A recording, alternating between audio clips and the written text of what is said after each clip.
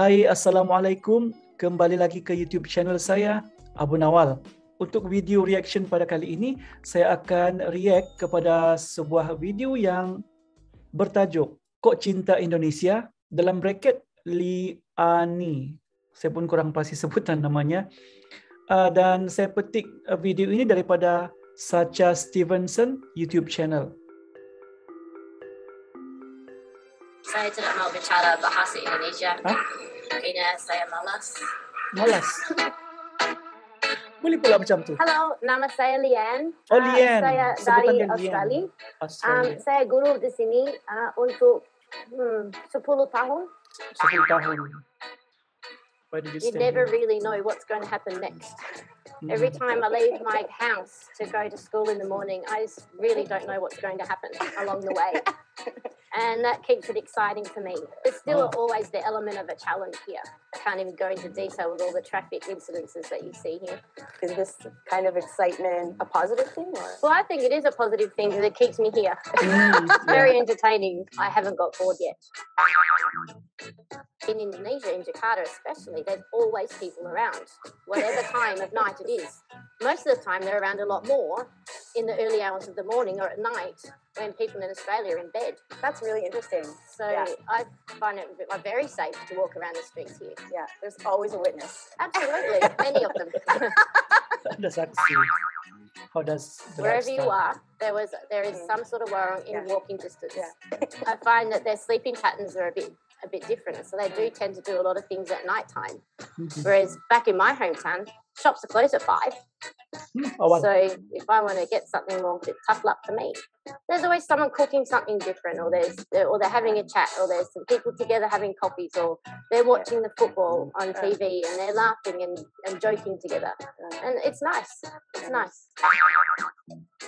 I find that Indonesian food. Indonesia puts a lot of sugar in everything, and agak manis. if I want to have a dessert, I'll have a dessert, but I don't like having a dessert in my main meal.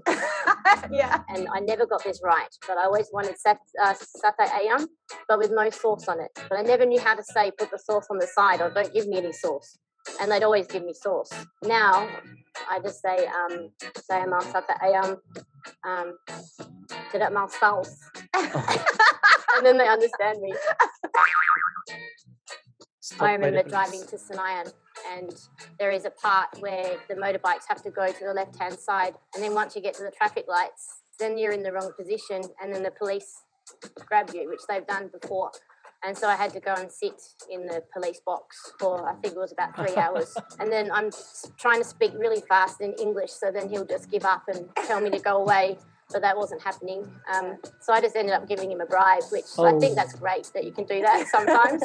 Not all the time, but sometimes when you're in those kind of situations, it's easier just to, here you go, have some money, and then I can continue doing what I wanted to do during the day. Yeah. And the one thing I noticed the most, which made me really love the Indonesian people, is of their family. They're all family orientated. They'll do anything for their family. And one of my friends' friends were really sick, and the family actually sold their house, Wow. so then they could pay wow. for their son's Really? medical bills. Yeah. Now that's really special. That's something that Yeah. I've never seen, heard, or I've heard of Pengorbanan. before. In Australia is different. Australia, you know, you live with your family for a certain amount of time, and then once your time's up, off you go get a job now.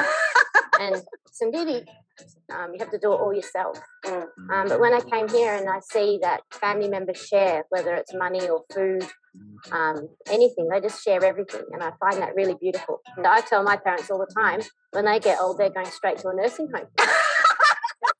I'm too busy to look after them. You're joking. I know. Sorry, Mum and Dad. Astagfirullah. Astagfirullah. I don't like the attitude that people have about animals, for example. I don't like animals being put in cages. I've been to the zoo here, and I found that a really disappointing and quite sad experience. Quite a few of my friends have dogs, but then Dogs are frowned upon here, and even trying to find a place to live here in Jakarta and you have a dog is really difficult. Ya, wajarlah majoriti Environmental Islam, issues too. mayoritas So, Muslim. I don't know how many times on my journeys to work in the morning or wherever I go on my motorbike, people throwing rubbish out their car windows, one's at a Warrell. And this guy was ordering one of those coffees in the plastic bag. Oh, yeah. And then, never really saw that in Australia. Yeah. So he drank his coffee and then he put the plastic on the ground. Now the bin is just there. Yeah. Right next to him. So I always have to say something. And I do. I say, excuse me, you need to put your bin. I know bin, sampa. Yeah. Sampa, the sini. And what's the reaction? Laugh. They Wow. smile and laugh. Sometimes they'll pick it up and put it in the bin. Most times they smile and laugh and walk away. I used to live in Jati Padang area, in quite a strict Muslim kind of area. I went away for holidays, and then when I came back, my next door neighbours set up a wedding in front of my house, and the tent was set up in front of my door, and my garage was being used as part of the wedding as well as their garage. And I'm just like, what's going on here? I've never heard of anyone setting up a wedding in front of someone else's house before. So I thought that was a bit strange.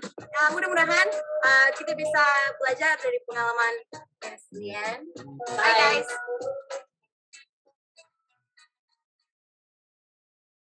Miss Lian dari Australia ini bicara tentang pengalamannya 10 tahun tinggal di Indonesia, khususnya di Jakarta. Jadi dalam tempoh 10 tahun itu berbagai pengalaman yang beliau alami, dan antaranya setiap pagi ketika beliau pergi ke sekolah, beliau akan menemui tantangan yang berbeda setiap hari, dan itu sebenarnya membuatkan dirinya rasa terhibur, dan itulah yang membuatkan beliau betah tinggal di Indonesia. Di Jakarta, kotanya hidup 24 jam.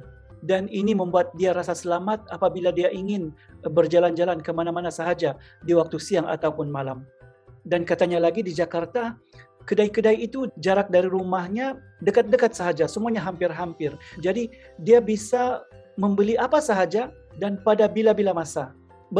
Berbeda dengan di Australia, kedai-kedai akan tutup pada jam 5 sore, jam 5 petang. Jadi selepas jam 5 petang, kalau dia perlu membeli sesuatu, sudah pasti sukar baginya untuk membeli. Seterusnya, dia komentar tentang makanan di Indonesia yang rata-ratanya manis.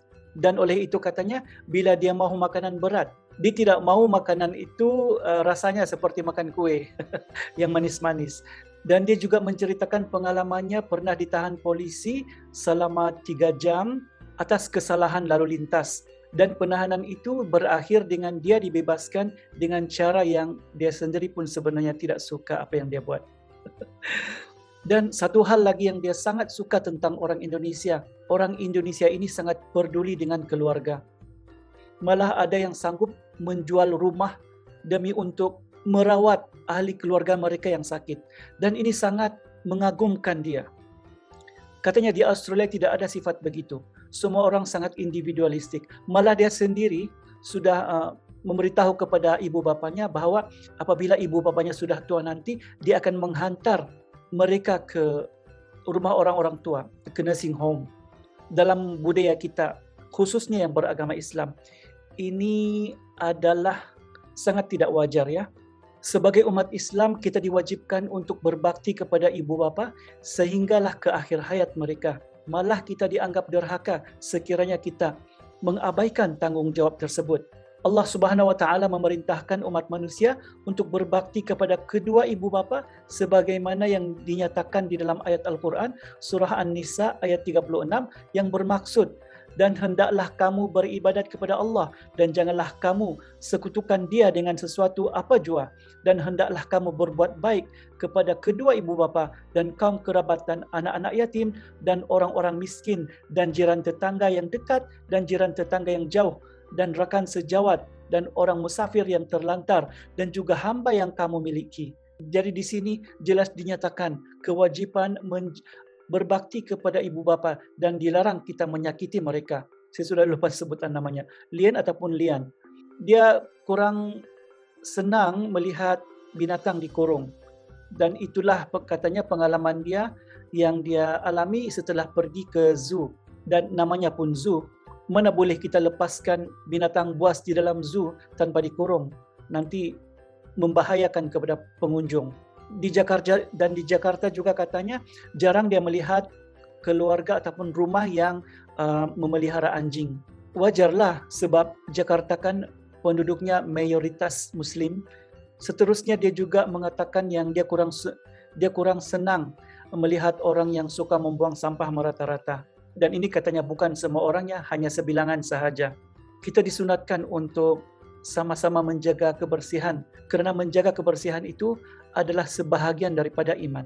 Rasanya Miss Lian ini setelah 10 tahun tinggal di Indonesia, pada hemat saya, beliau perlu berbaur dengan orang tempatan dengan lebih mesra dan juga lebih akrab lah, agar dia memahami budaya orang setempat, orang tempatan. Dan dengan itu, barulah dia benar-benar boleh menikmati kemanisan hidup di luar negara, khususnya di Indonesia. Jadi begitulah pengalaman seorang Lian yang ada pro dan kontra, yang sudah pastinya membuatkan dia suka tinggal di Indonesia. Kalau dia tidak suka, kalau dia tidak cinta Indonesia, sudah pasti dia tidak akan betah tinggal di Indonesia biarpun satu hari. Sekian saja perkongsian untuk kali ini. Semoga ada manfaatnya. Assalamualaikum.